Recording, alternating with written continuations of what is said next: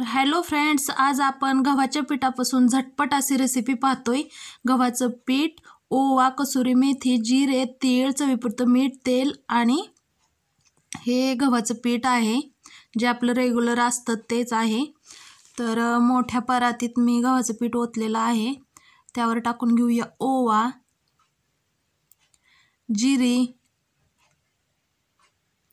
कसुरी मेथी थोडीशी हाताने क्रश करून टाकायचं आहे, तीळ,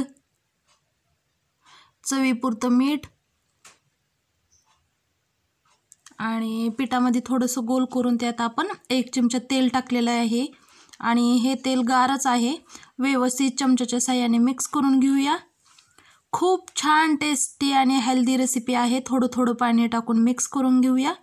आपण याचा आता घट्टसर गोळा मळून घ्यायचा आहे।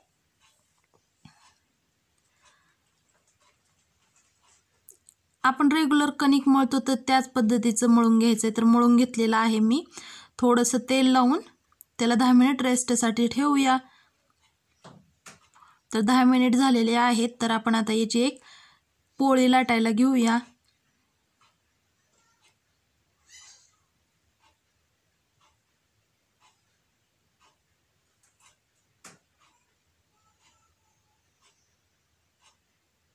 तर मोठी पोळी या ठिकाणी लाटून घेतलेली तुम्ही पाहू शकता। आपल्या रेग्युलर चपातीसारखीच लाटलेली आहे मी। आणि इथं स्टार कुकी कटर आहे, तर त्याच्या साहाय्याने मी स्टार काढून घेते, कारण लहान मुलांना थोडं डिझाईन स्टार खूप आवडतात त्यासाठी। तर या ठिकाणी तुम्ही पाहू शकता मी स्टार काढून घेतलेले आहेत। तर मी गॅसवरती तेल गरम व्हायला ठेवलेलं कढईत, तर त्यात आपण आता हे तळून घेऊया।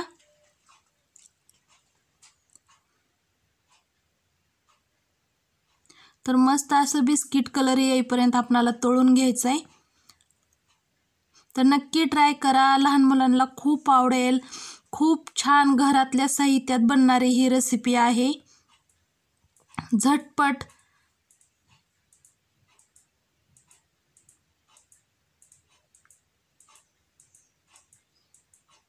तर तळलेले मी तुम्हाला दाखवत होते आणि आणखीन एक मी घाणा टाकलेला आहे, म्हणलं थोडंसं दाखवूया। तर अशाच पद्धतीने सर्व तळून काढलेले आहेत मी। खूप छान, लहान मुलांना आवडेल, नक्की ट्राय करा। माझी रेसिपी कशी वाटली कमेंट करून सांगायला विसरू नका।